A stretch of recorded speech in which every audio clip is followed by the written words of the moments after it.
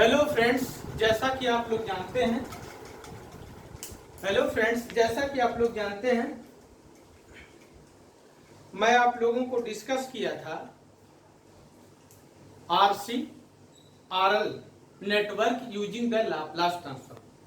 आज का जो हमारा लेक्चर है जिसमें आर एल सी तीनों इंक्लूड कर दिया हमने। देखिए, आर एल सी तीनों को इंक्लूड करके यूजिंग द लाप्लास ट्रांसफॉर्म हम इसमें ये वोल्टेज कैलकुलेट करेंगे V 40 इज ग्रेटर देन 0। देखिए, और इसमें एक और प्रॉब्लम है, इसमें एक सिचुएशन और है। क्या है कि जो इनपुट सोर्स वोल्टेज है ये दिया है 10 UT। क्या दिया है? VST इक्वल टू दिया है 10 UT। एंड इधर देखिए VC0 नेगेटिव मतलब कैपेसिटर के इनिशियल वोल्टेज, कैपेसिटर का इनिशियल वोल्टेज VC0 नेगेटिव कितना दिया है? 5 वोल्ट। एंड इंडक्टर की इनिशियल करंट ऑलरेडी दिया है 0 एम्पियर। तो इसका मतलब आपको स्टेप 1 कैलकुलेट करने की रिक्वायरमेंट नहीं है।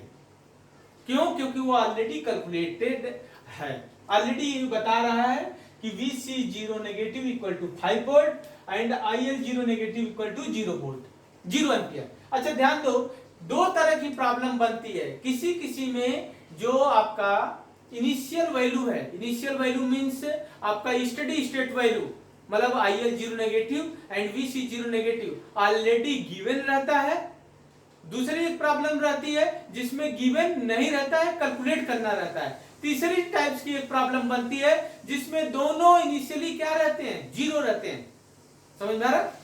उसको फ्री स्पेस बोलते हैं, ठीक है, फ्री रिस्पांस बोलते हैं। उसको आगे हम बताएंगे कि इस तरह की भी एक प्रॉब्लम लेंगे जिसमें हमारे पास कोई भी इनिशियल वैल्यू गिवन नहीं रहेगी। जैसे कि यहाँ पे initial value VC0 negative 5 volt है और IL0 negative equal to 0 ampere है। अब ये प्रॉब्लम हमें दिया है, तीनों हमने इंक्लूड कर दिया आर एल सी। हमें कैलकुलेट करना है V की वैल्यू 40 इज ग्रेटर देन 0।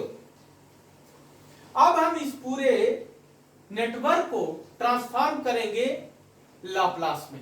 अब ध्यान दीजिएगा, लाप्लास में डायरेक्ट हम इस नेटवर्क को ट्रांसफॉर्म करने चल रहे हैं। डायरेक्ट इस नेटवर्क को लाप्लास ट्रांसफॉर्म करने चल रहे हैं। तो आप बताइए, ये वोल्टेज सोर्स है, ये वोल्टेज सोर्स था प्लस माइनस, ये VST है, तो इसका लाप्लास क्या होगा? VS और ब्रैकेट में S, जहां जहां T है वहां S कर दिया। ये देखिए, और देखिए ये रेजिस्टेंस एकदम सेम कॉपी कर दिया, इसमें कुछ भी चेंज नहीं होगा। इंडक्टर के एक रास SL समझ रहे हैं?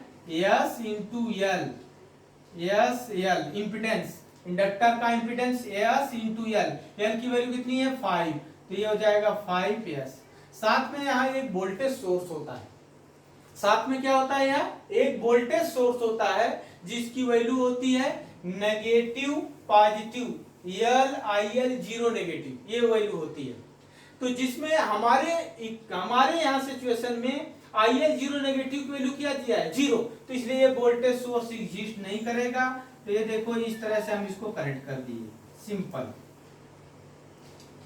अब आगे बढ़िए, कैपेसिटर को हम ट्रांसफॉर्म करेंगे लाप्लास डोमेन में। तो कैपेसिटर का इंपिडेंस लिखेंगे। कैपेसिटर का इंपिडेंस ये देखिए, कैपेसिटर का इंपिडेंस 1/SC होता है। क्या होता है? 1/S into C। तो अगर C की वैल्यू देखिए क्या है? C की वैल्यू है 0.1 फैराड, तो इसको लिख सकते हैं 1/10 फैराड, लिख सकते हैं। तो अगर C की वैल्यू 1/10 फैराड में रखूंगा तो ये क्या हो जाएगा? 10/S हो जाएगा, ठीक है, 10/S। और साथ में इसके साथ एक वोल्टेज सोर्स है प्लस माइनस, वो होता है जिसकी वैल्यू होती है VC0 नेगेटिव। क्या होती है? VC0 negative divide by S। VC0 negative यहाँ पे कितना दिया है? 5 वोल्ट दिया है। कितना दिया है? 5 वोल्ट। तो ये कितना होगा? 5 और बाई क्या होगा? S।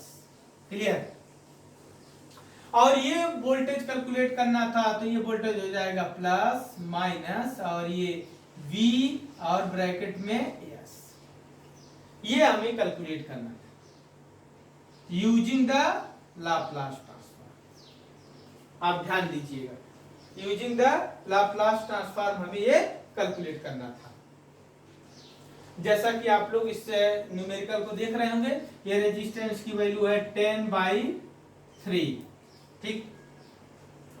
अब इस प्रॉब्लम में ये वोल्टेज आपको कैलकुलेट करना है, तो आप कई तरीके से कैलकुलेट कर सकते हैं। देखो मैं दो मेथड बता रहा हूं, आप दोनों मेथड में से कोई अप्लाई करिएगा। इन दोनों का इक्विवेलेंट निकाल लो। इसमें दो सोर्स हैं, एक सोर्स है एक सोर्स है। इस सोर्स के कारण यहाँ वोल्टेज निकाल लो, इस सोर्स के कारण यहाँ वोल्टेज निकाल लो, ठीक है। जो टोटल वोल्टेज होगा उसको ऐड कर दोगे, सुपरपोजिशन से सॉल्व कर सकते हैं, लेकिन वो बहुत लेंथी मेथड होगा। तो हम यहाँ पे सबसे शॉर्टेस्ट मेथड लगाएंगे, नोड एनालिसिस। क्या लगाएंगे? Node analysis. नोड एनालिसिस से जो वोल्टेज यहाँ पे है वही वोल्टेज यहाँ पे हो जाएगा, ये हो जाएगा V इंटू S, ठीक है। लेकिन उसके लिए हमें इस वोल्टेज को रिक्वायरमेंट है, ये वोल्टेज 10 UT है, इसका लाप्लास क्या हो जाएगा? 10 बाई क्या हो जाएगा? यस, ठीक है। अब यहाँ पे इस नोड पे मैं नोड एनालिसिस अप्लाई करने चल रहा हूं using the direct method. Using the direct method यहाँ पे अप्लाई करने चल रहा हूं। तो देखो मैं क्या लिख रहा हूं, ये देखो लिख रहा हूं VS ब्रैकेट में, मैं आगे लिख रहा हूं, इसके बाद यहाँ लिख रहा हूं 1/, ये हो जाएगा 10/3 प्लस 1/5S, ठीक, प्लस 1/, ये इंपिडेंस हो जाएगा 10/S, ठीक है। कंप्लीट हो गया। फिर करंट इंटरिंग लिखूंगा मैं, ये देखिए, ये इंपिडेंस, ये इंपिडेंस, ये इंपिडेंस, तो इन दोनों का एडमिटेंस लिख लिया हमने। और इस लोड पे कौन कौन से सोर्स करंट इंटर करवा रहा है? ये सोर्स करंट इंटर करवा रहा है। तो 10 बाई दिस रेजिस्टेंस, तो ये रेजिस्टेंस कितना? 10/3, तो ये लिखूंगा मैं 10/3 डिवाइड बाई लिखूंगा मैं, फिर इसके बाद 10/S, sorry 10/S divide by लिखूंगा 10/3 प्लस ये सोर्स, एक सोर्स और है, ये भी करंट इंटर करवा रहा है, तो ये करंट कितनी इंटर करवा रहा है? 5/S डिवाइड बाई कितना होगा? 10/S। अब इसको मैं सिंप्लीफाई करने चल रहा हूं, आप देखिए कैसे सिंप्लीफाई कर रहा हूं। अगले स्टेप में VS ब्रैकेट में, ये हो गया 3/10, ये हो गया 1/5S, और ये हो गया आपका S/10, ठीक है, ब्रैकेट क्लोज। ये देखिए 3 ऊपर चला जाएगा, 10 से ये 10 कैंसिल आउट, तो ये क्या हो जाएगा? 3/S हो जाएगा प्लस, क्लियर? अरे भाई 3 ऊपर चला जाएगा, S नीचे, 10 से 10 कैंसिल आउट, तो ये हो जाएगा 3/S। इधर देखिए S ऊपर चला जाएगा, S से S क्या हो जाएगा? कैंसिल आउट, और ये क्या हो जाएगा? 5/10 को क्या लिख सकते हैं? 1/2, क्लियर? अगले स्टेप में मैं क्या लिख रहा हूं, ये देखो VS ब्रैकेट में एलसीएम ले लिया। एलसीएम कितना आ रहा है? एलसीएम आ रहा है 20S नहीं 5S मल्टीप्लाई 10, ऐसे लिख लो, ठीक है। अब देखो 10 से 10 कैंसिल हो गया, तो ये आ गया 15S, समझ में आया? इस 10 से 10 कैंसिल हो गया, 5S, 5 मल्टीप्लाई 3 15S, और ये 5S से इससे हो गया, तो ये बच गया 10, और यहाँ पे देखिए 10 से 10 कैंसिल आउट, तो ये हो गया 5S square bracket close equal to 3/S। इसको भी एलसीएम ले लीजिए, इसका भी एलसीएम ले लीजिए, तो ये हो जाएगा 2S, तो ये हो जाएगा 3 नहीं, ये हो जाएगा 6, और ये हो जाएगा 2 से 2 कैंसिल आउट, यस, ठीक है।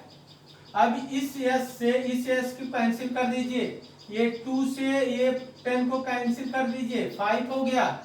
ये आपके पास VS की वैल्यू कितनी आ जाएगी?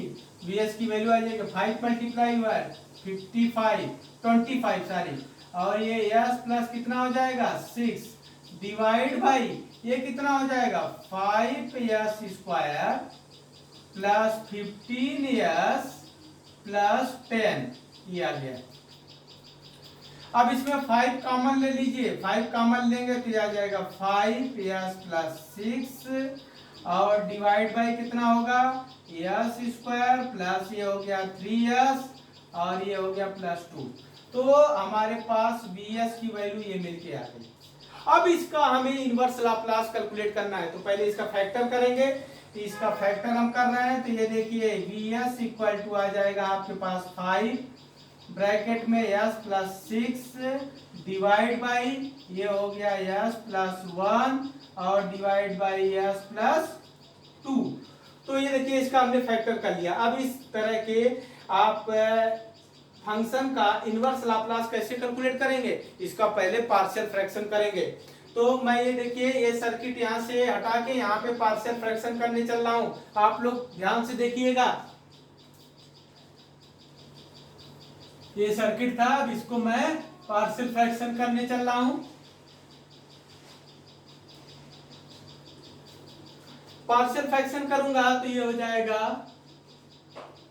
vs इक्वल टू 5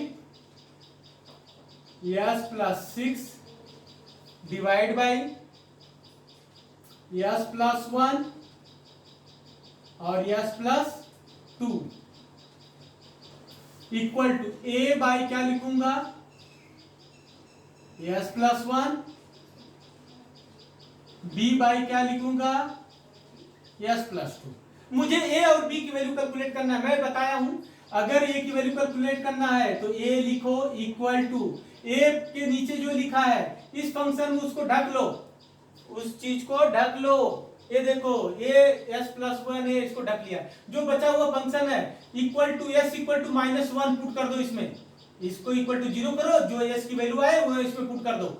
तो ये देखो क्या पुट करूंगा मैं, ये लिखूंगा 5 -1 प्लस 6 डिवाइड बाई इसको ढक लिया है -1 प्लस 2, ठीक है। तो ये कितना हो गया 5 मल्टीप्लाई 5 और ये डिवाइड बाई क्या हो गया 1, तो ये हो गया a की वैल्यू 25। क्लियर। अब मुझे b की वैल्यू कैलकुलेट करना है, b की वैल्यू कैलकुलेट करने चलना हूं। तो b के नीचे जो लिखा है वो इसमें ढक लो, इसमें ढक लो, तो ये बचे इस फंक्शन में s इक्वल टू -2 पुट कर दो। तो ये हो गया 5 -2 और ये प्लस 6 डिवाइड बाई और ये -2 प्लस 1। क्लियर हो। तो ये कितना हो गया 5 मल्टीप्लाई 4 और डिवाइड बाई ये कितना हो गया -1, तो ये आ गया -20। कितना आ गया -20। मैं फिर इसको और इसको हटाना पड़ेगा मुझे।